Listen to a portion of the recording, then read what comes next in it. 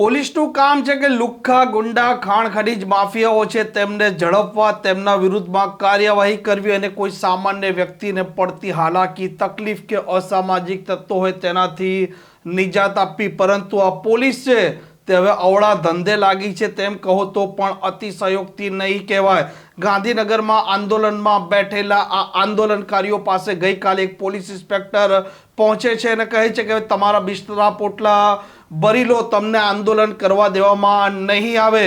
ત્યારે કેટલાક સવાલો પણ ઊભા થાય છે અને હવે આમ શિક્ષકોની શું માંગણી છે તેને લઈને વાત કરવી છે.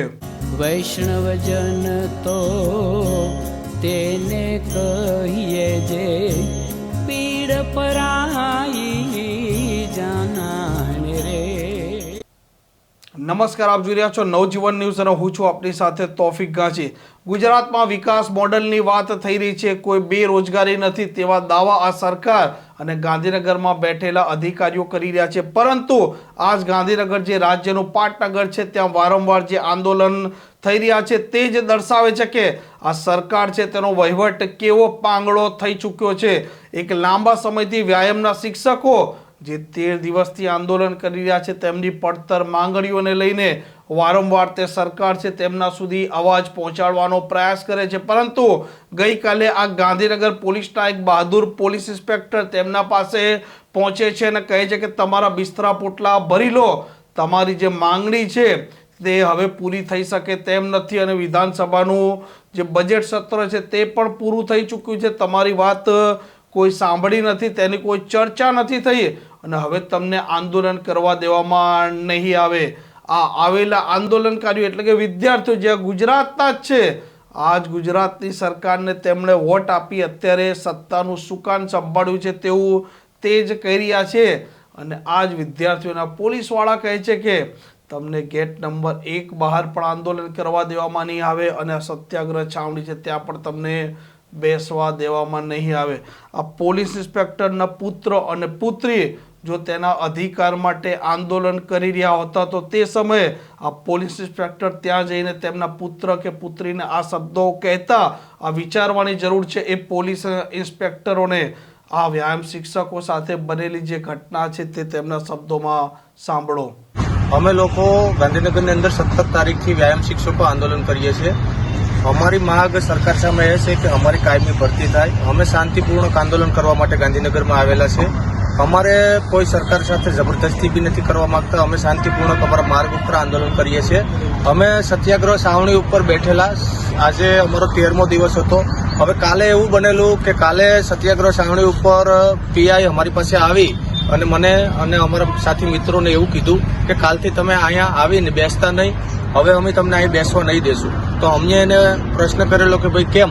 તો એ લોકોનું કહેવાનું એવું હતું કે વિધાનસભાનું સત્ર પૂર્ણ થયું છે, હવે તમારો મુદ્દો કોઈ ધ્યાને ન લે અને અહીં તમારે બેઠવાનો કોઈ ફાયદો નથી. તો અમારો એ માગ નથી. અમારી માગ એ છે કે ભાઈ સરકાર અમારી રજૂઆત સાંભળે અને સરકાર અમારા મુદ્દાનું નિરાકરણ લાવે. તો પોલીસવાળા જે લોકો છે એને આજે અમારી સાથે જબરદસ્તી કરી અને અમારા બધા મિત્રોને ડિટેન કરી અને પોલીસ સ્ટેશન લઈ ગયા છે સેક્ટર 27ની અંદર. અને પોલીસને અમારી એ રિક્વેસ્ટ હતી કે ભાઈ અમે શાંતિપૂર્ણક આંદોલન કરીએ છીએ, તો તમે લોકો એવું કહો છો કે તમે સચિવાલયના ગેટ ઉપર ના જાઓ, તમે સત્યાગ્રહ છાવણી ઉપર ના બેસો. તો અમારું કેવું એ છે પોલીસ તંત્રને કે તો અમે બેસીએ ક્યાં? અમારો ન્યાય માગવા માટે અમે જાય ક્યાં? ગાંધીનગર ના આવીએ તો અમે કઈ જગ્યાએ બેસીએ? તો પોલીસ તરફથી કોઈ પણ જગ્યાએ કે કોઈ પણ સ્થળ કે અમને દેવામાં નથી આવતું અને અમને એવું કહેવામાં આવે છે કે તમે ગાંધીનગર છોડી દો. એટલે અમારી રજૂઆત એ છે પોલીસને કે ભાઈ તમે અમારી સાથે આવું ના કરો, તમે તમારું જે કામ છે એ કરો. તમારું કામ છે જે બુટલેગરો છે, જે ગુજરાતની અંદર આ ખનીજ માફિયાઓ છે એ લોકોને પકડો ને. તમે અમે ન્યાય માગવા આવે છે તો અમારી સામે આવું કેમ કરો છો? તો અમારી પોલીસ તંત્ર સાથે કોઈ પ્રોબ્લેમ નથી, પણ પોલીસ અમારી સાથે આવું કરે છે તો એનું કારણ શું છે એ અમને બી ખબર નથી. પણ પોલીસ અમારી સાથે એવો અન્યાય કરે છે કે તમારે ગાંધીનગરમાં બેસવાનું જ નથી કાંઈ. અમારી સરકાર સામે એક માગ એ છે કે ગુજરાતની અંદર ખેલ સહાયક યોજના લાવ્યા હતા, તેની અંદર 5075 વેકેન્સી સરકારે દર્શાવી હતી 2024ની અંદર. એની જે એક્ઝામ લીધી છે સેટ, જે સેટ છે ખેલ અભિરુચિ કસોટી, એ એક્ઝામ ગુજરાત બોર્ડવે લીધી છે અને જે બોર્ડ ટાટ ટેટ લે છે એ જ બોર્ડવે ખેલ અભિરુચિ કસોટી જેનું નામ આપ્યું હતું સેટ, એક્ઝામ લીધી છે અને એની અંદર અમારા વિષયમાં ટોટલ 4600 કેન્ડિડેટોએ ફોર્મ ભરી ને એક્ઝામ આપેલી. એમાંથી 1510 કેન્ડિડેટ એક્ઝામ ક્લિયર કરી અને મેરિટ લિસ્ટમાં આવેલા છે. તો સરકાર સામે અમારી ફર્સ્ટ માંગ એ છે કે ભાઈ વિદ્યા સહાયકમાં ટાટ ટેટનો સમાવેશ કરે છે, જે જ્ઞાન સહાયકમાં હતા એનો, તો ખેલ સહાયક છે એનો બી કાયમી ધોરણે એની અંદર સમાવેશ થાય. તો સરકારને અમને રજૂઆત કરેલી ડિંડોર સાહેબને, તો ડિંડોર સાહેબે એવું કીધું હતું કે 24,700માં તમારો સમાવેશ થઈ જશે આ ભરતીની અંદર. પણ અત્યારે ડિંડોર સાહેબે એવું કીધું હતું કે તમારા માટે અલગ રોસ્ટર તૈયાર કરવું પડે અને બધું અમારે વિચારણાને કરવી પડે છે.